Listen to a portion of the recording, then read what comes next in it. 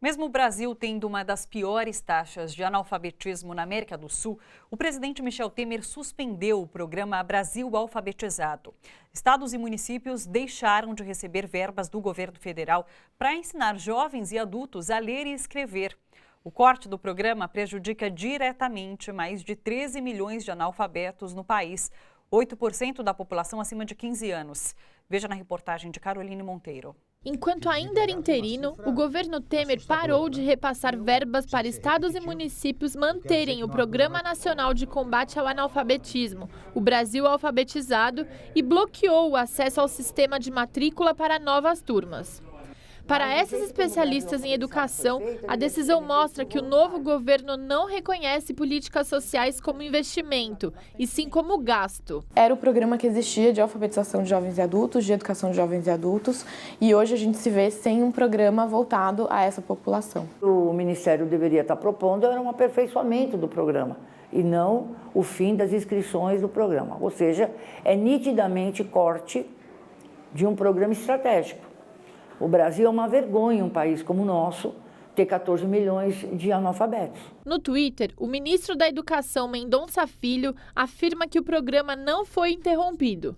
Mas por meio de notas enviadas à TVT, pelo menos 3 secretarias estaduais de educação denunciam o fechamento do sistema, que impediu a criação de novas turmas em 2016. A Secretaria da Educação do Ceará afirma que, em 2016, devido à suspensão do programa Brasil Alfabetizado, as atividades letivas ainda não tiveram início. A SEDUC de Alagoas confirma que o sistema do Brasil Alfabetizado fechou. E a Secretaria de Educação de Pernambuco diz que o programa está suspenso devido ao bloqueio do sistema ocorrido em junho. Os estados e municípios não têm condições de oferecer a educação de jovens e adultos sem o apoio de um programa do governo federal.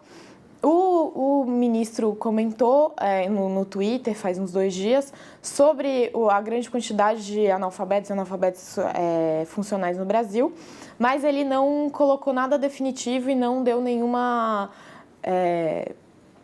ideia do que ele vai fazer diante dessa população. Segundo Andressa Pelanda, o fim do Brasil alfabetizado é, além de tudo, uma afronta à Constituição, porque retira de adultos e idosos o direito à educação. O direito humano à educação é um direito previsto não só em todas as convenções internacionais, como também no artigo 5º da nossa Constituição Federal. A partir do momento que você não investe na educação pública de qualidade para todos, você está ameaçando e impedindo as pessoas de acessarem esse direito. Além do desmonte do Brasil alfabetizado, as educadoras veem com grande preocupação outra medida do governo Temer. Existe também uma ameaça maior, que é a PEC 241, que propõe não haver mais investimentos para a área de educação, saúde e assistência social, só com a correção da inflação para os próximos 20 anos. Se essa PEC for aprovada, ela basicamente vai impossibilitar o cumprimento de todas as metas do Plano Nacional de Educação, que é o plano que a gente tem em vigência até 2024. Essa agora é a palavra de ordem, luta, organização e luta, resistência, porque o que vem é realmente um programa que não é para a maioria da população. A gente também sugere que as pessoas se mobilizem enviando e-mails, enviando mensagens, contactando os deputados e os senadores para que eles votem contra a PEC 241. Só com uma pressão popular em cima dos parlamentares isso pode mudar. Além desta falta de sensibilidade do governo Michel Temer, existe um outro problema que atinge diretamente a educação da população mais pobre e vulnerável do Brasil. É a violência. Como você viu em reportagem aqui no seu jornal, morrem 2,6 vezes mais negros do que brancos com armas de fogo no nosso país. A exclusão e o preconceito que matam os negros afetam também o acesso à educação. Como mudar esse quadro é a pergunta que a gente faz para o professor Gilberto Alvarez, o Giba, o nosso comentarista de educação. Boa noite, professor. Boa noite, Thalita.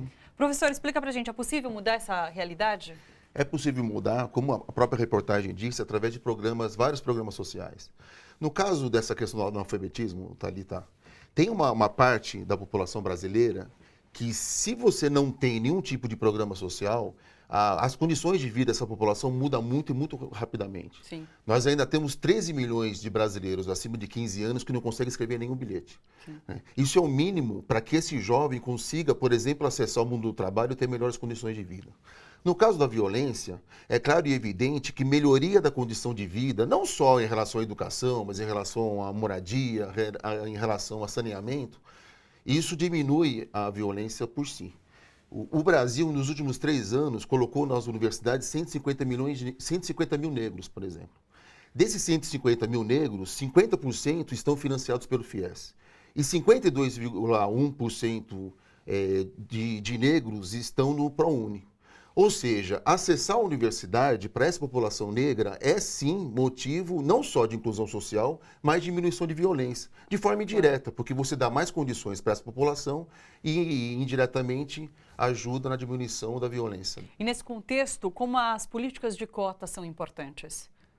Elas são importantes porque elas dão elas incluem essa população na universidade. Sim. Qual é a função da universidade por si? Fazer com que essa população consiga acessar o mercado de trabalho de uma forma com maior qualidade. E isso faz com que a população negra consiga diminuir essa distorção histórica. Qual é essa distorção histórica, Thalita? O Brasil, e poucos nós lembramos disso, foi o último país do mundo que aboliu a escravidão e nós passamos por 350 anos no regime de escravidão. Então, é uma população excluída, sim, e que sofre preconceito.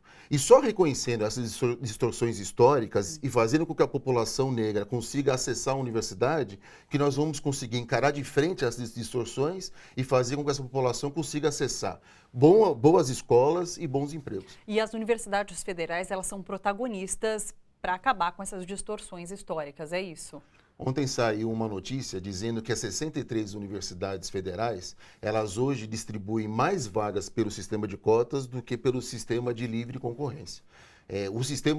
A lei de cotas, ela foi criada em agosto de 2012 e as universidades, a partir desse ano, deveriam disponibilizar 50% das vagas para cotas sociais e socioeconômicas e raciais. As universidades passaram por isso. Hoje, mais de 50% das vagas já é para a população negra, afrodescendente, indígena e por recorte social. Você acha que desde 2012 se alterou o quadro, a composição de alunos em salas de aula?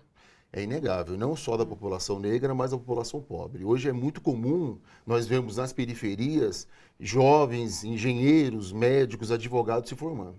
E, obviamente, a chance de entrar na universidade faz com que se mude não só a realidade do jovem, mas também a realidade comunitária de onde esses jovens moram. Exatamente, a gente fecha esse ciclo e volta ao começo dizendo que a melhoria de vida dessas pessoas faz com que a comunidade ao todo melhore também, certo? Esse nível de violência tende a baixar também. Sim, porque esses jovens aumentando a escolaridade, muitos deles, nós temos um caso, por exemplo, do cursinho na Poli, que é um jovem que entrou em medicina no ano passado, ele diz na própria universidade que ele quer levar o saber dele, o que ele aprendeu na faculdade, para a sua comunidade. Então, esse círculo de aumentar a escolaridade faz com que a comunidade, inclusive, absorva esses conhecimentos em prol do desenvolvimento da própria comunidade. São vários os depoimentos como esse no cursinho? São vários depoimentos, principalmente depois da lei de cotas. É muito comum encontrarmos alunos do cursinho na Poli em diversas universidades no Brasil inteiro. Jovens que não acessavam a universidade hoje são médicos, são doutores, são engenheiros, são advogados, enfim. Dentro da população negra, existem pessoas que também consideram que as cotas não são necessárias. Vocês costumam dialogar com essas pessoas também? Sim, e o que nós incentivamos esses alunos é justamente acreditarem no sistema de cotas. Saiu de novo um estudo recentemente da instituição ISPER, dizendo que o aluno que entra por cotas, ele tem a mesma nota no Enem do que o aluno que não é para o sistema de cotas. Sim. O aluno presente, até da população negra, ele tem que perceber que isso não é um demérito a ele, muito pelo contrário, é uma forma do país diminuir essa distorção histórica. Quem causou esse preconceito, essa exclusão à população negra, foi um país que viveu 350 anos na escravidão.